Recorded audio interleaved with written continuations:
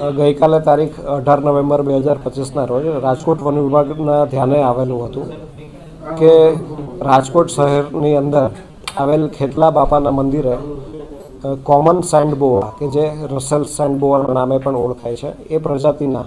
50થી વધારે સાપ કોઈ એક મંદિરમાં રાખવામાં આવેલા છે. તો આ બાબતને ધ્યાને લઈને વન વિભાગે ટીમ બનાવીને તે સ્થળ ઉપર તપાસણી કરતા ત્યાંથી 52 જેટલા સેન્ડબોઆ સાપ મળી આવેલા હતા. આ સેન્ડબોઆ કે જે સ્થાનિક ભાષામાં ભંફોડી તરીકે ઓળખવામાં આવે છે અને આ સાપ એ વાઇલ્ડલાઇફ પ્રોટેક્શન એક્ટ 1972 હેઠળ શિડ્યુલ 2માં સંરક્ષિત છે. એને કાયદાકીય સંરક્ષણ મળેલું હોવાથી તેને કોઈ બંધક સ્થિતિમાં રાખી શકાતા નથી હોતા. આ બાબતે રાજકોટ વન વિભાગ હેઠળની રાજકોટ ઉત્તર રેન્જ દ્વારા આનો ગુનો નોંધવામાં આવેલો છે તથા એ ગુનામાં વન્ય પ્રાણી સંરક્ષણ ધારાની કલમોનો ભંગ થાય છે તે બાબતે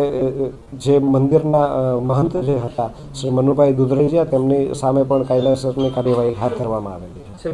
એમની પૂછપરછમાં શું સામે તેઓની પ્રાથમિક પૂછપરછમાં એ બાબતો સામે આવેલી હતી કે ખેતલા બાપાનું મંદિર ધાર્મિક રીતે સાપ સાથે જોડાયેલું છે અને ધાર્મિક આસ્થાના કારણે જ્યારે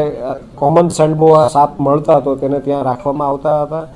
અને ત્યાં કોઈ તસ્કરી થતી હોય કે એનો કોઈ બીજો ઉપયોગ થતો હોય એવી કોઈ બાબતો ધ્યાનમાં આવેલી નથી. લોકોને શું તમે અપીલ કરવા માંગશો અને આગળ હવે કઈ રીતે કાર્યવાહી કરો? ખાસ કરીને હું એ કહેવા માંગીશ કે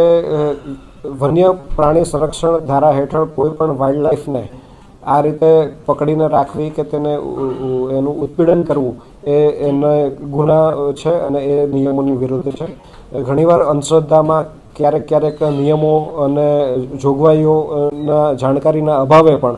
લોકો અલગ અલગ વાઇલ્ડ લાઈફ છે જેમ કે સાપ છે અને કાચબા છે, પોપટ છે એને પોતાના ઘરે મંદિરોમાં કે અલગ અલગ જગ્યાએ રાખતા હોય છે. તો આવું રાખીને કાયદાકીય જે ગૂંચવણમાં ન પડતા તેઓ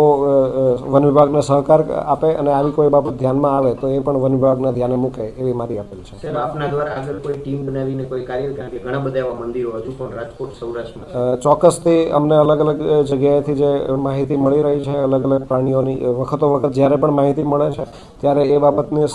સ્થળ તપાસ કરીને વન્યજીવનું સંરક્ષણ સર્વોચ્ચ રીતે થાય એ પ્રાયોરિટી સાથે વન વિભાગ કાર્ય કરે છે.